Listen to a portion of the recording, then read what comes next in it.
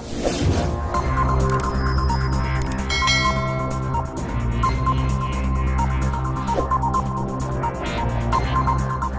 Friends, AMG academy में आपका स्वागत है। AMG एकेडमी वैसे तो कंपटीशन क्लासेस के लिए सवाई माधोपुर में एक बहुत जानी पहचानी संस्था है, लेकिन इस साल उसने 11वीं 12वीं क्लास के लिए अकाउंटेंसी सब्जेक्ट में बुक कीपिंग एक सब्जेक्ट चालू किया है, जो स्टूडेंट्स के लिए काफ़ी हार्ड सब्जेक्ट है। उसी क्लासेस के लिए आज एक चैप्टर शुरू करने जा रहे हैं, बैंक रिकन्सिलिएशन स्टेटमेंट, जिसको अपन BRS के नाम से भी जानेंगे। बैंक रिकन्सिलिएशन स्टेटमेंट क्या होता है? बैंक रिकन्सिलिएशन स्टेटमेंट में सबसे पहले हम जानेंगे कि पासबुक क्या होती है। उसके बाद हम जानेंगे कि कैश बुक और पासबुक के बैलेंस में कोई अंतर होता है तो क्यों होता है। उसके बाद हम जानेंगे कि उन डिफरेंसेस के क्या कारण होते हैं।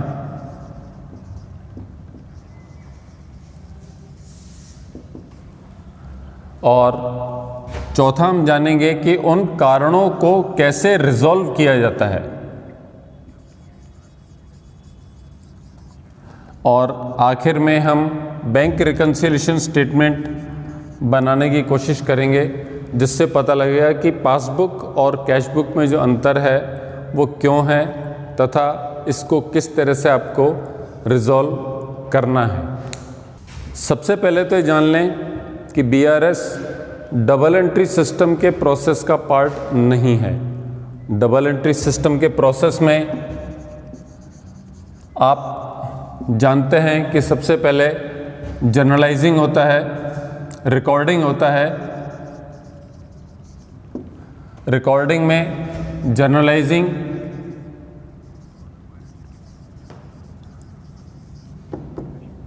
उसके बाद क्लासिफिकेशन,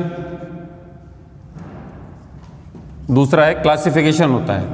प्रोसेस का जो पार्ट है उसमें पहला है रिकॉर्डिंग होता है, रिकॉर्डिंग में जर्नलाइजिंग होता है, और उसको सब्सिडरी बुक्स में किस तरह से अपन एंट्री करते हैं ये आप पहले वाली क्लासेस में पढ़ चुके हैं, इसलिए यहाँ पे रिपीट करने की ज़रूरत नहीं है। दूसरा होता है क्लासीफाइंग। क्लासीफाइंग में आपको जानकारी है कि लेजर बनता है, जो भी जर्नल आप एंट्री करते हैं उनका लेजर बनता है। थर्ड है समराइजिंग। हम बैंक रिकन्सिलिएशन स्टेटमेंट की बात कर रहे हैं कि बैंक रिकन्सिलिएशन स्टेटमेंट प्रोसेस का पार्ट नहीं है। प्रोसेस में क्या क्या चीज़ शामिल होती है उस पर हम शॉर्ट में चर्चा कर रहे हैं। समराइजिंग में प्रॉफिट एंड लॉस अकाउंट बनता है, ट्रेडिंग अकाउंट बनता है और बैलेंस शीट बनती है। प्रोसेसिंग का एक पार्ट और है एनालाइजिंग। एनालाइजिंग में कैश फ्लो स्टेटमेंट बनता है। और पांचवा पार्ट है इसका इंटरप्रेटिंग। और छठा पार्ट है अपना कि कम्युनिकेटिंग। ये प्रोसेसिंग के पार्ट होते हैं। दोबारा इसमें BRS इन 6 पार्ट में, 6 प्रोसेस के पार्ट में BRS का कोई भी रोल नहीं है। हर एंटरप्राइजेस को बैंक अकाउंट मेंटेन करना पड़ता है। ये लीगली कंपलसरी है बैंक अकाउंट मेंटेन करना। आप जानते हैं कि इनकम टैक्स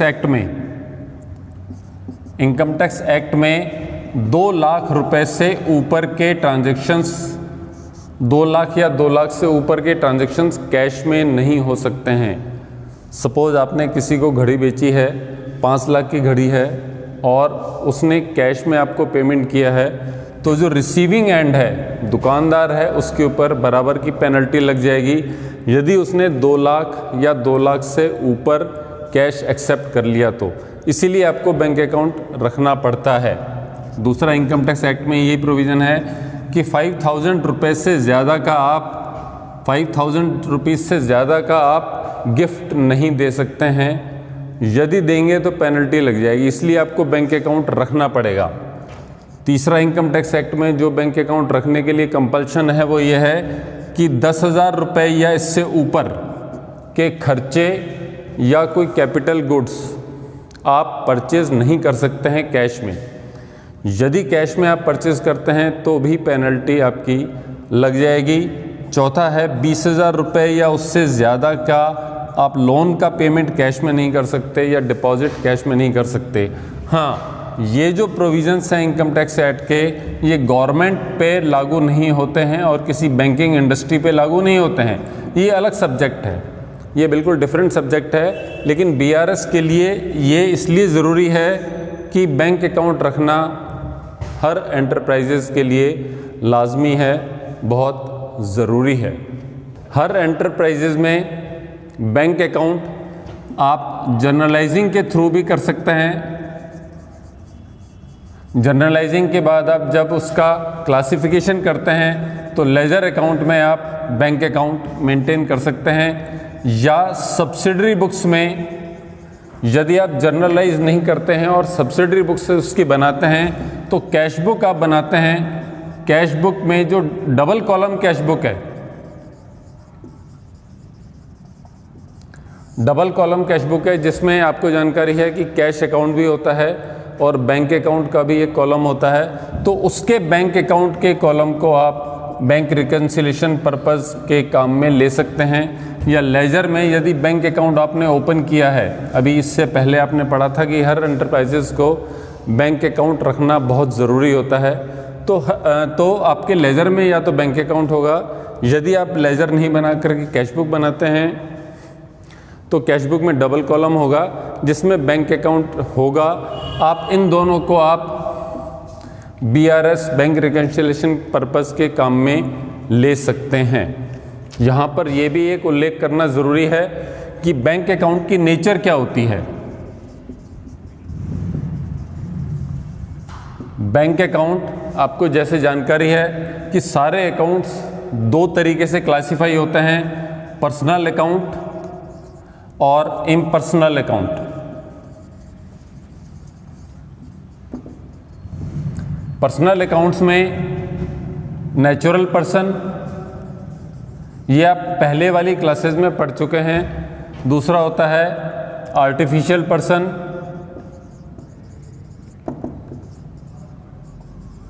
और तीसरा होता है रिप्रेजेंटेटिव पर्सनल।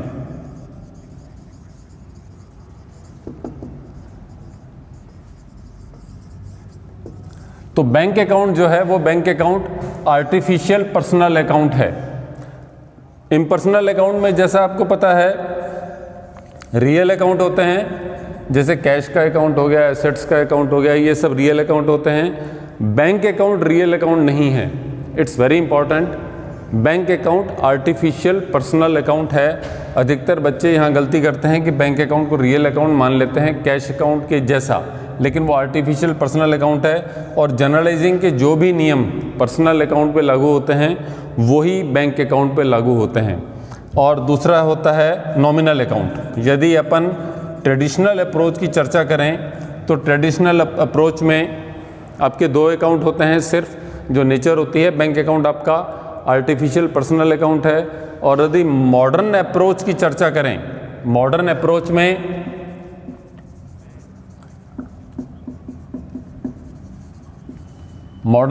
में एसेट अकाउंट होते हैं, लायबिलिटी अकाउंट होते हैं, एक्सपेंडिचर अकाउंट होते हैं, कैपिटल अकाउंट होते हैं, रेवेन्यू अकाउंट होते हैं। तो बैंक अकाउंट आपका एसेट अकाउंट है, ये आप पहले वाली क्लासेस में पढ़ चुके हैं। अब हम जानेंगे कि पासबुक क्या होती है।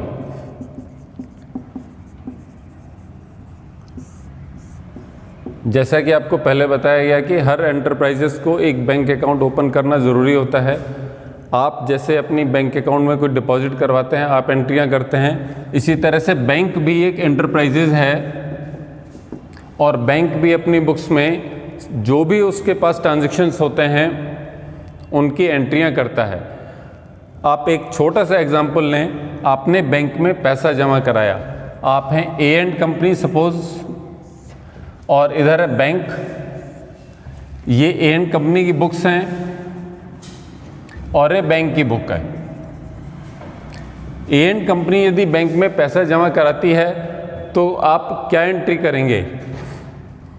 बैंक अकाउंट को डेबिट करेंगे। बैंक अकाउंट चूंकि आपको पता है कि आर्टिफिशियल पर्सनल अकाउंट है, इसलिए इसमें जिस भी बैंक में आपका अकाउंट है उस बैंक का नाम आप डेबिट करेंगे। Bank account debit. यदि सिर्फ एक ही बैंक अकाउंट है आपका तो सिर्फ बैंक अकाउंट लिख सकते हैं। यदि 2 या 3 बैंक अकाउंट हैं तो पीएनबी में जैसे अकाउंट है, एसबीआई में जैसे अकाउंट है, तो जिसमें भी आपने पैसा जमा कराया वो उसका नाम आप लिख देंगे। सपोज एसबीआई में जमा कराया तो SBI bank account debit to cash account.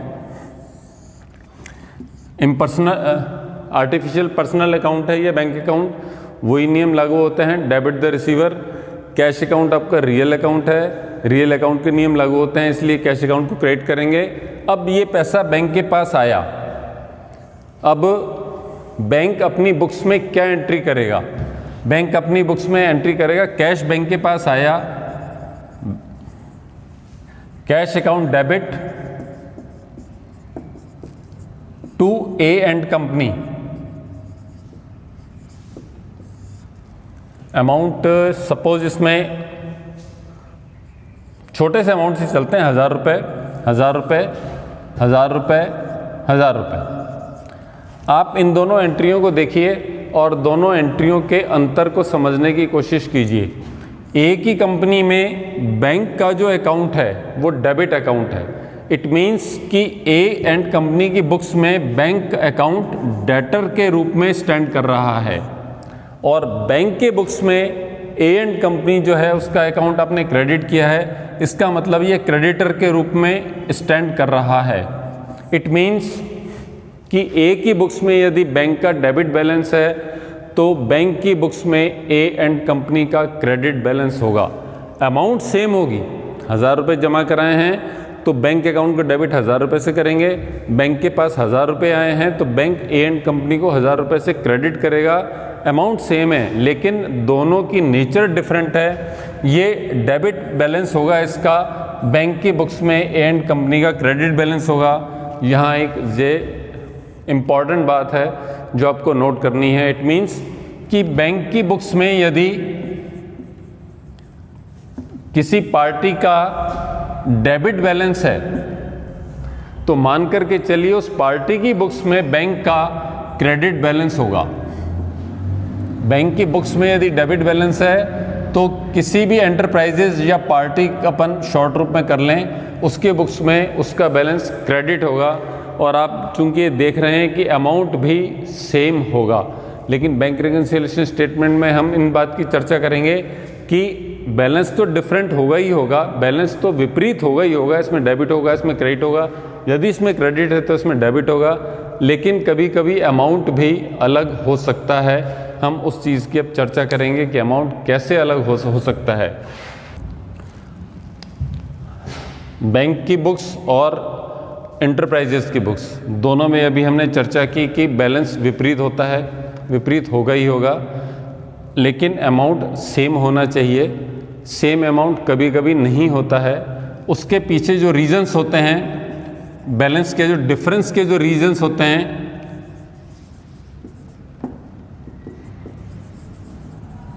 उनको हम 2 भागों में बांटते हैं। पहला है timing difference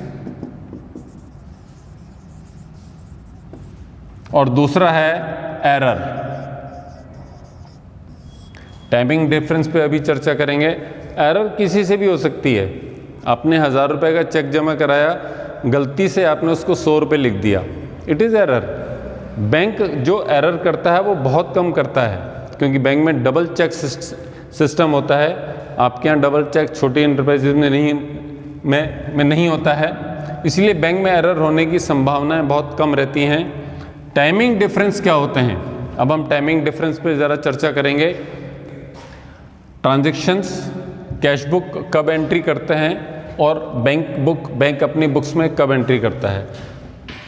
suppose cash deposited, कोई ट्रांजैक्शन है, आपने बैंक में कैश जमा करवाया है, कैश आपने बैंक में जमा कराया है, कैश में, कैश बुक में कब एंट्री होगी? कैश बुक में एंट्री उसी समय ही होगी जब कैश अपने कैश बॉक्स से निकालकर आप किसी आदमी को देते हैं कि वो जाकर के जमा कराए। और बैंक की बुक्स में कब एंट्री होगी? जब वो आदमी बैंक में जाएगा और रसीद भर करके बैंक में डिपॉजिट करवाएगा, तब बैंक की बुक्स में एंट्री होगी। इट मीन्स थोड़ा सा अंतर रह सकता है घंटों का, लेकिन दिनों का अंतर नहीं हो सकता। हम यहाँ दिनों के अंतर की चर्चा कर रहे हैं। ये सेम डे एंट्री होगी और बैंक की बुक्स में भी सेम डे एंट्री होगी। बैंक रिकन्सिलिएशन स्टेटमेंट में केवल अभी शुरू में बताया था कि केवल डिफरेंसेस की ही एंट्रियाँ होती हैं और ये डबल एंट्री सिस्टम के प्रोसेस का पार्ट नहीं है। तो इस कैश डिपॉजिट जो ट्रांजैक्शन है ये BRS में शो नहीं होगा, बशर्ते कि कोई एम्बेजलमेंट ना हो या कोई एरर ना हो। टाइमिंग डिफरेंस की वजह से ये जो ट्रांजैक्शन है ये बैंक रिकन्सिलिएशन स्टेटमेंट में शो नहीं होगा। दूसरा है कैश विड्रॉन।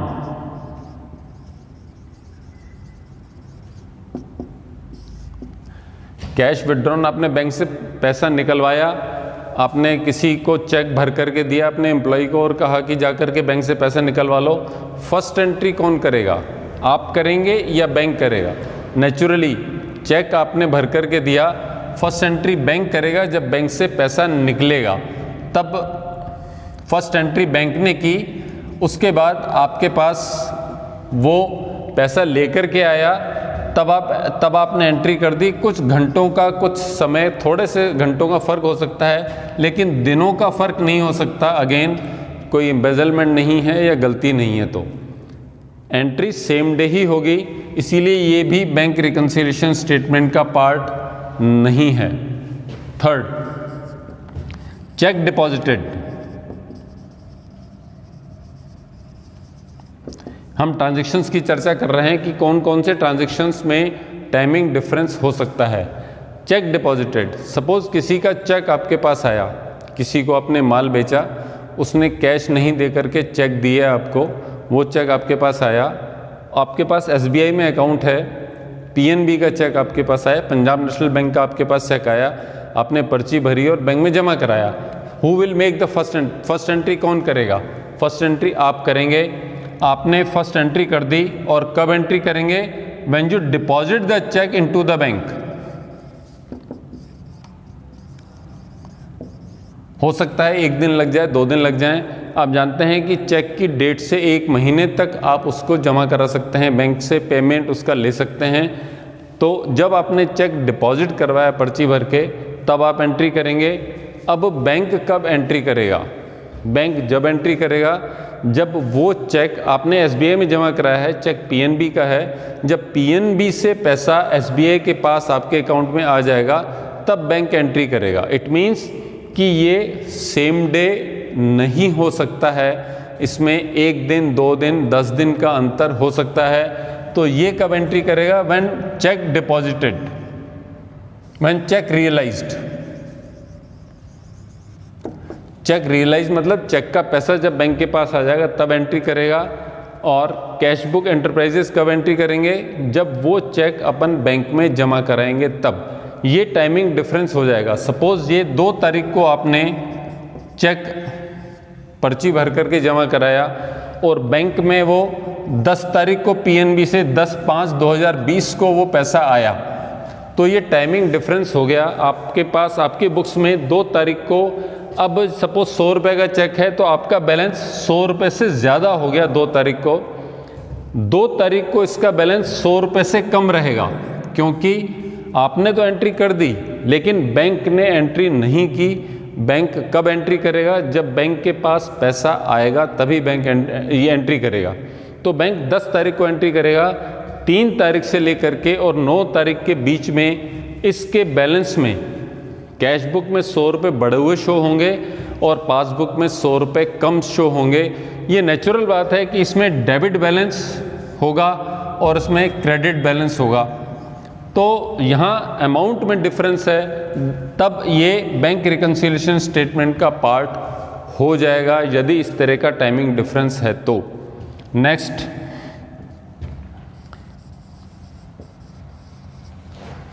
चेक्स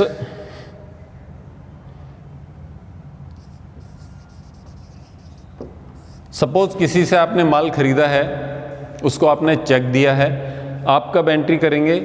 जब आप चेक काटेंगे तभी आप एंट्री करेंगे। तो जब आपने चेक दिया है, काटा है, तभी आपने एंट्री की है। बैंक कब एंट्री करेगा? सपोज मैंने राम से माल खरीदा, राम को मैंने चेक दे दिया 2 तारीख को, अगेन 3 तारीख को दिया, सपोज अपन थोड़ा सा डेट में डिफरेंट कर लेते हैं। 3 तारीख की शाम को मैंने राम को चेक दिया, थोड़ी सी रात हो गई, 5,000 रुपये का चेक था।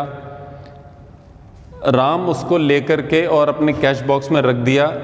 अगले दिन वो बिज़ी हो गया और चेक बैंक से एनकैश नहीं हो पाया, वो उस चेक को बैंक में वो जमा नहीं करवा पाया।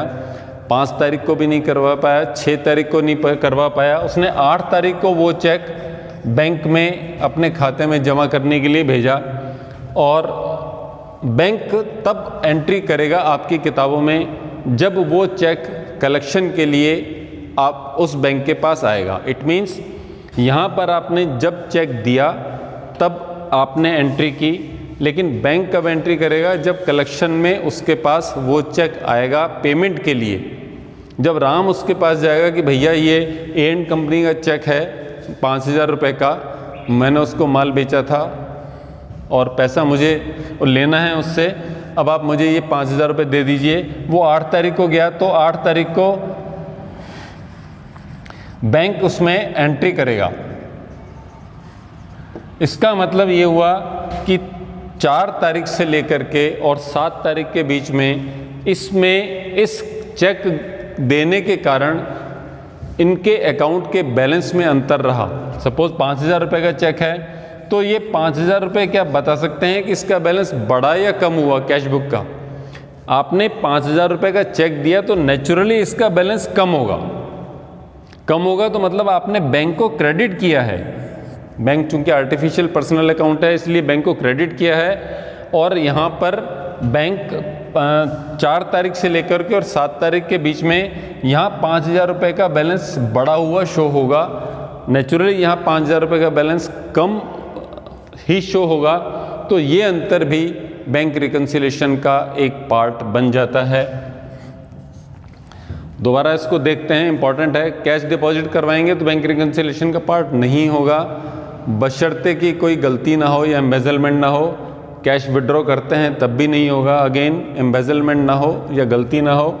चेक डिपॉजिट करवाते हैं तो ये एक बैंक रिकन्सिलेशन का पार्ट होगा।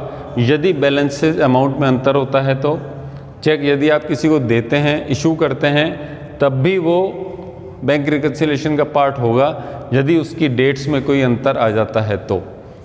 कुछ और अंतर के कारण भी हैं। Bank charges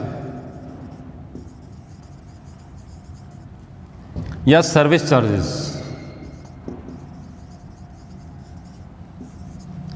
bank service charges लेता है, बैंक कुछ चार्जेस लेता है, जैसे लेजर फोलियो चार्जेस लेता है। कोई चेक आप बाहर का जमा कराते हैं तो उस पर भी बैंक कुछ चार्जेस लेता है। तो आप जानते हैं कि पहली एंट्री इसमें कौन करेगा? नेचुरली जब बैंक चार्ज लेगा तब बैंक ही पहली एंट्री करेगा। जब उसको चार्ज को लेवी करेगा तब वो बैंक उसकी एंट्री करेगा। लेकिन आप कब एंट्री करेंगे? आपको यदि उसी दिन पता लग जाता है कि बैंक ने इतना पैसा लिया है तो आप उसी दिन एंट्री कर लेंगे, लेकिन अमूमन ये होता नहीं है। बैंक अपनी बुक्स में कोई भी बैंक चार्जेस होते हैं वो लगा लेता है, आपको इन्फॉर्म करता है। आपको इन्फॉर्मेशन में 1 दिन 2 दिन 3 दिन लग जाते हैं, या जब आप पासबुक लेते हैं तब आपको पता लगता है। तो ये एंट्री जब कैशबुक में एंट्री जब होगी जब आप इन्फॉर्म्ड होंगे। इसका मतलब ये भी एक अंतर का कारण हो सकता है, क्योंकि ये भी एक टाइमिंग डिफरेंस है। बैंक चार्जेस या सर्विस चार्जेस। छोटा है इंटरेस्ट अलाउड, छठा है इंटरेस्ट अलाउड। आपका पैसा बैंक में जमा होता है, उस पे बैंक इंटरेस्ट भी देता है। मंथली भी देता है, कहीं कहीं क्वार्टरली देता है, हाफ ईयरली देता है, कहीं कहीं ईयरली भी देता है। तो जब उस पैसे पे आपको ब्याज मिलता है तब पहली एंट्री नेचुरली कौन करेगा? बैंक करेगा। पहली एंट्री बैंक करेगा। आप कब एंट्री करेंगे? जब अगेन आपको उस चीज़ का पता लग जाएगा तब आप एंट्री करेंगे। जब आपको पता लग जाएगा कि बैंक ने हमें इतना इंटरेस्ट अलाउ किया है तब आप एंट्री करेंगे। तो ये भी एक टाइमिंग डिफरेंस है जो बैंक रिकंसिलिएशन स्टेटमेंट का एक पार्ट होता है। Direct deposited into the bank,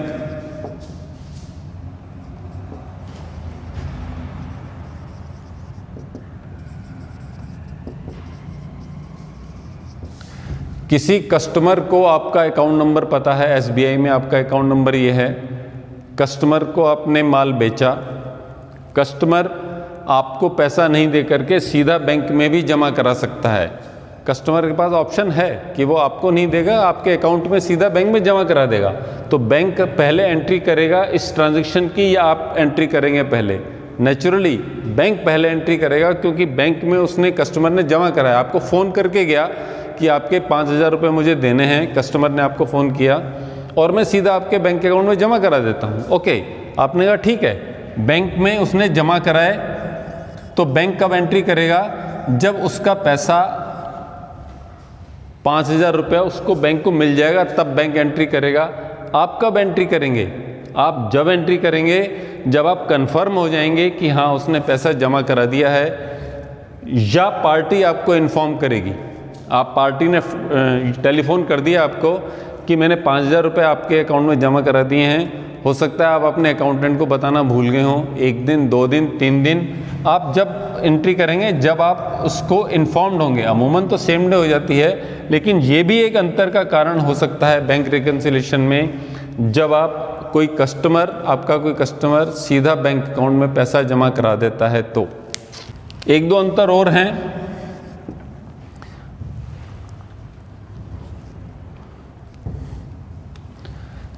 कभी कभी बैंक इंटरेस्ट कलेक्ट भी करता है या डिविडेंड कलेक्ट भी करता है सीधा। आपने कोई डिविडेंड वारंट बैंक को दे रखे हैं और बैंक को स्टैंडिंग इंस्ट्रक्शंस आपने दे रखे हैं कि 6 महीने में इसका पैसा हमें मिलेगा। वो डिविडेंड वारंट बैंक उसको कलेक्ट करेगा। बैंक के पास कंप्यूटर में एंट्री रहती है कि ये इतने रुपए वो तब इतने समय पर 30 नवंबर जैसे किसी की डेट है या 30/9 किसी की डेट है किसी डिविडेंड की, तो कंप्यूटर में एंट्री रहती है। तो 30/9 को बैंक के पास रिमाइंडर आ जाता है कि 30/9 को डिविडेंड भेज देता है, डिविडेंड वारंट, और पैसा उसका ग्राहक के खाते में डाल देता है। वहाँ से पैसा आने के बाद तो बैंक कब एंट्री करेगा? जब ग्राहक के खाते में पैसा जमा हो जाएगा उस डिविडेंड वारंट का, तब बैंक एंट्री करेगा। आप कब एंट्री करेंगे? जब बैंक आपको इन्फॉर्म करेगा तब आप एंट्री करेंगे। तो इसमें भी टाइमिंग डिफरेंस हो जाता है, ये भी बैंक रिकंसिलिएशन का एक पार्ट बन जाता है। कभी कभी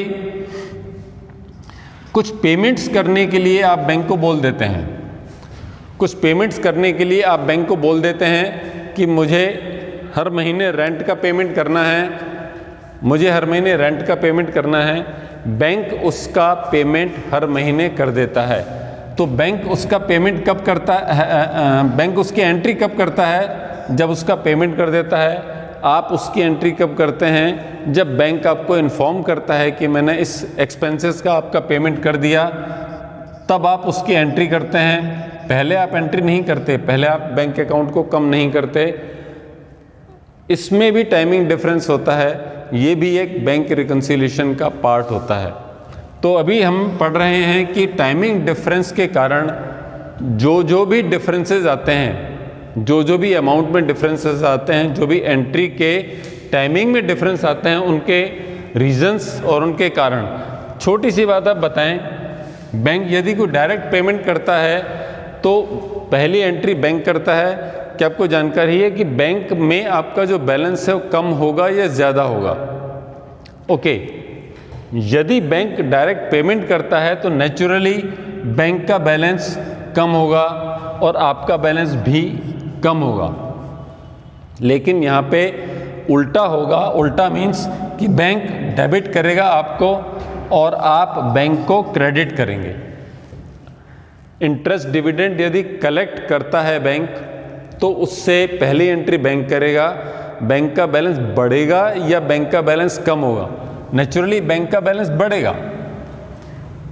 और आपका बैलेंस भी बढ़ेगा यदि आप उसमें एंट्री कर देते हैं, क्योंकि डिविडेंड आपने कलेक्ट किया है, पैसा आपने और ज़्यादा आपके बैंक अकाउंट में आया है। यहाँ पे वही उल्टी आप डेबिट करेंगे और बैंक आपको क्रेडिट करेगा। ये हम पहले के लेक्चर में देख चुके हैं कि डेबिट क्यों करेगा और वो क्रेडिट क्यों करेगा। टाइमिंग डिफरेंस अभी हमने पढ़ा। सेकंड जो कारण होता है वो एरर्स का होता है। एरर जैसा कि पहले भी बताया है कि कैश बुक में भी एरर हो सकती है, पासबुक में भी एरर हो सकती है, लेकिन पासबुक में एरर होने के चांसेस बहुत कम होते हैं। रिकॉर्डिंग की एरर हो सकती है। एरर का चैप्टर इसके पहले वाले चैप्टरों में है, आप पढ़ चुके हैं। रिकॉर्डिंग की एरर मतलब आपने गलत एंट्री कर दी, 100 रुपये की जगह 500 रुपये की एंट्री कर दी, 500 रुपये की जगह 5000 रुपये की एंट्री कर दी। ये एरर के कारण भी हो सकते हैं बैंक रिकन्सिलिएशन में किसी एंट्री के ये डिफरेंस के। आपने डेबिट की जगह क्रेडिट कर दिया, बैंक अकाउंट को डेबिट करना था, आपने बैंक अकाउंट को क्रेडिट कर दिया, वो भी रिकॉर्डिंग की ही गलती है। तो इस तरह के एरर्स, किसी भी तरह के एरर हैं, वो भी एक बैंक रिकन्सिलिएशन स्टेटमेंट के कारण हो सकते हैं। अब हम चलेंगे कि बैंक रिकन्सिलिएशन स्टेटमेंट कैसे बनाया जाता है, प्रैक्टिकली कैसे बनाया जाता है, ये हम अगले सेशन में, अगले पार्ट में आपको बताएंगे। Thank you.